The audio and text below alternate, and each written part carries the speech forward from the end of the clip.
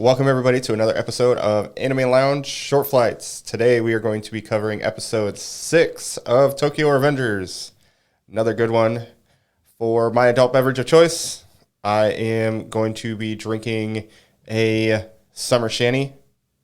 Ooh. What about you, Lance? Well, Summer. so it's a play on a summer shandy, excuse me. It's a honey lemon light shandy. Their new Interesting. drink. It is interesting that honey gives a real sweet note that Okay. the summer shandy doesn't quite give you. So it's pretty good. Okay. Surprisingly enough, I did see Festival Foods advertising for Summer Shandy. It's in the Yep. middle of winter right now, and so it was really strange to see it, but it is still a thing. And Yep. for myself, I got a Bud Light.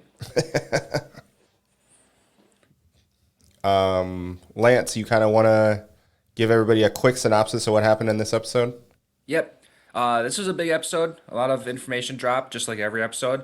Some topics or some highlights to bring from this one is Takemichi gets Baji's sash. We see that Hanma and Kiseki are betraying the two. They're assholes again. Always have been. Yuzuha, the sister of Taiju, is the one that stabbed Taiju all along. Crazy. And we end with Taiju trying to kill her. Yep. Basically, everything kind of coming full circle as far as everybody knowing each other. The beatings of the oldest brother trying to quote unquote discipline the younger siblings being there. It was all bullshit, all the stuff he said. And just all the information that we had gotten beforehand, on top of Hakai not really doing what he said he was going to do, which Right? now that you look back to it, you can be like, yeah, he was there to do it. Like he was gonna go through with it, but then we get to find out that Yuzuha is the one that probably carried it out in the Yep. real timeline. So and he's probably the one that took the fall for it to cover for his sister. exactly. And because when you watch the episode, you know he was never going to actually do it. Hakai, anyways, he was never actually going to kill his brother. He couldn't do it. Maybe in the original timeline he would have yelled like he did and given himself away, and then maybe he would have got his ass kicked, and then just like what happened with Yuzuha, stabbing him while he was distracted, while he was kicking his brother's ass, she would have done the same thing anyway. So Yep. it would, in both ways, it was going to happen the way it did. But in our case, Takemichi was there to somehow like give him a tiny bit of a heads up so that the blade didn't go as deep as it was supposed to. So he ended up surviving. Yep. Unlike Baji, who did get stabbed and died in the back. So Right. Yeah, there was different- still that. Timeline's changed. We'll see what goes on.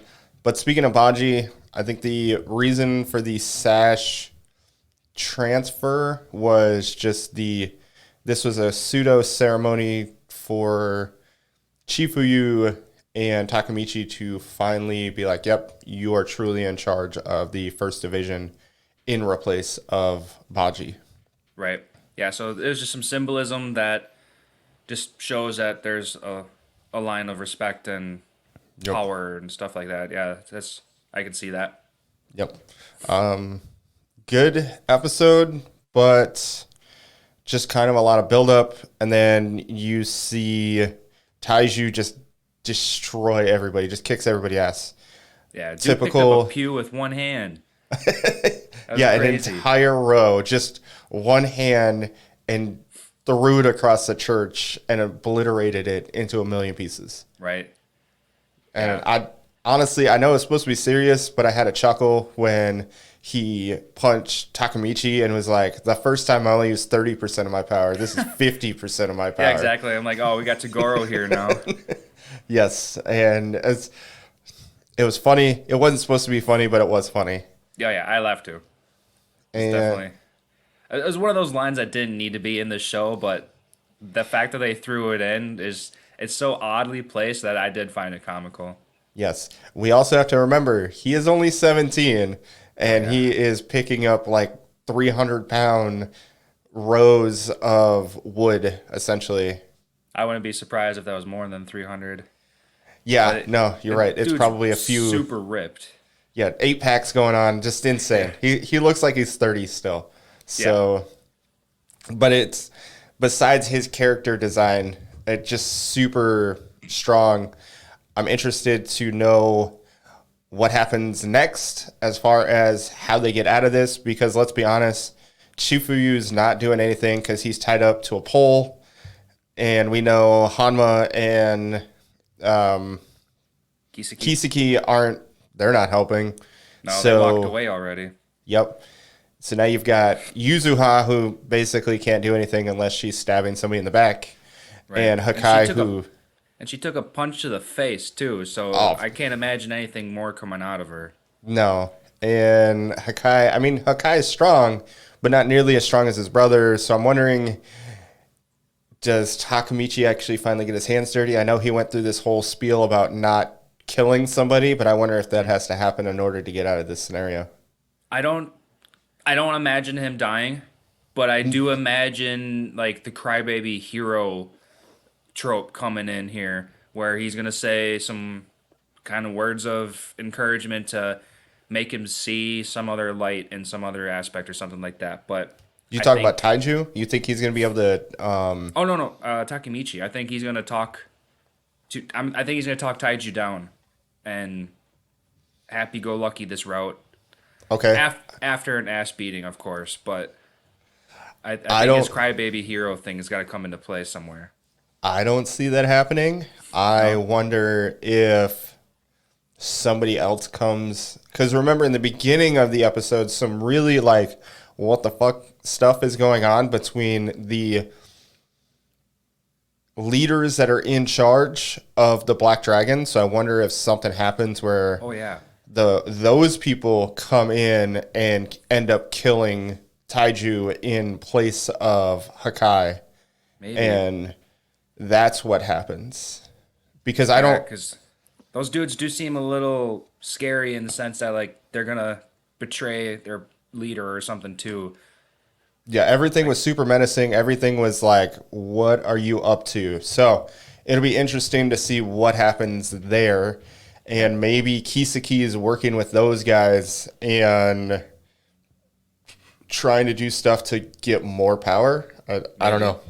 Yeah, because we know in the future Kiseki he's got his, they're I want to say he's got his fingers wet with Black Dragon stuff anyway. So Yeah, he's got his hands yeah, everywhere. He's working with them somehow. So we gotta see how. Yep. So I can't wait for episode 7. I can't believe this is only episode 6. We're only halfway through this season. Right.